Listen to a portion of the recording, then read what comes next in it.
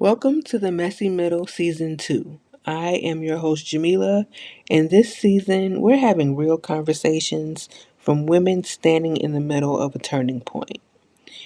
So, short story. A few years ago, I was in a season where nothing looked stable on paper. My job felt shaky, my identity felt even shakier. I wasn't starting over, but I wasn't where I used to be either. And I remember thinking, if this is what transition looks like, nobody prepared me for how lonely and disorienting it can be. What I didn't realize then was that I was sitting in the exact season that would force me to get clearer, smarter, and more intentional about how I wanted to live and earn. That messy middle didn't just stretch me emotionally, it sharpened me financially. So let's be honest. Black women are rarely handed clean, linear paths to wealth or success.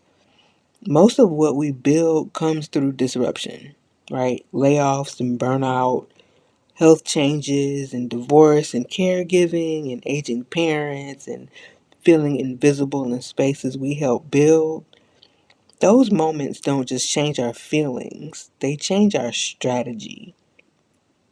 Transitions are often framed as losses, but for Black women, they're also decision points. They force us to ask better questions. Who am I now? What do I want my money to do for me? What am I no longer willing to tolerate for a paycheck?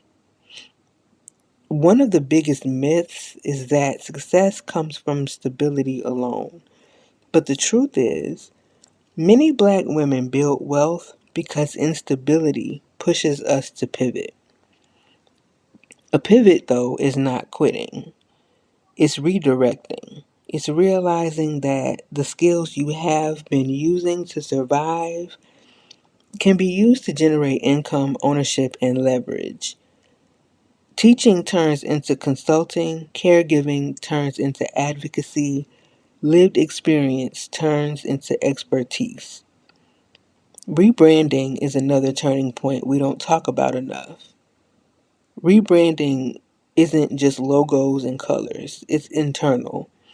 It's deciding that you are no longer going to undersell yourself because you were taught to be grateful just to be included. Rebranding is saying this version of me has different boundaries, different standards, and a different price tag. Then there's re education, and I don't just mean degrees. I mean learning how money actually works, learning how credit works, how to negotiate, how to read contracts, learning how to stop relying on being the dependable one and start being the strategic one. Education after transition hits different because it's purposeful. You're not learning to prove yourself. You're learning to protect yourself. Relocation is another form of wealth strategy that gets overlooked. Sometimes the environment you're in is expensive in ways that have nothing to do with money, costing you peace, costing you opportunity, costing you growth. Moving cities, changing industries, or even shifting social circles can be a financial decision, not just an emotional one. And here's the part we don't say out loud enough. Black women are building while grieving.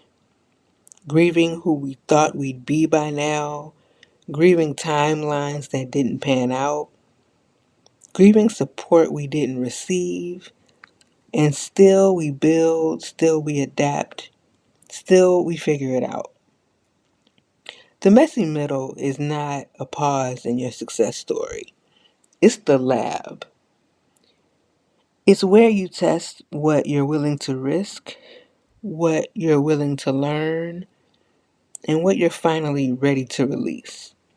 Wealth doesn't always come from certainty, Sometimes it comes from clarity that only shows up after something falls apart. So if you're in transition right now, hear this clearly. You're not behind, you're not failing, you are being repositioned. And what you choose to do in this season can change not just your income, but your entire relationship with power, security, and self trust. That's the work, that's the shift, and that's why the messy middle matters. So if this conversation resonated, share it with a woman who's standing at a crossroads and questioning her next move. And remember, the messy middle may be uncomfortable, but it's also where the strategy gets built. Thank you for listening to The Messy Middle, and I hope I see you guys next week in the next episode. Take care.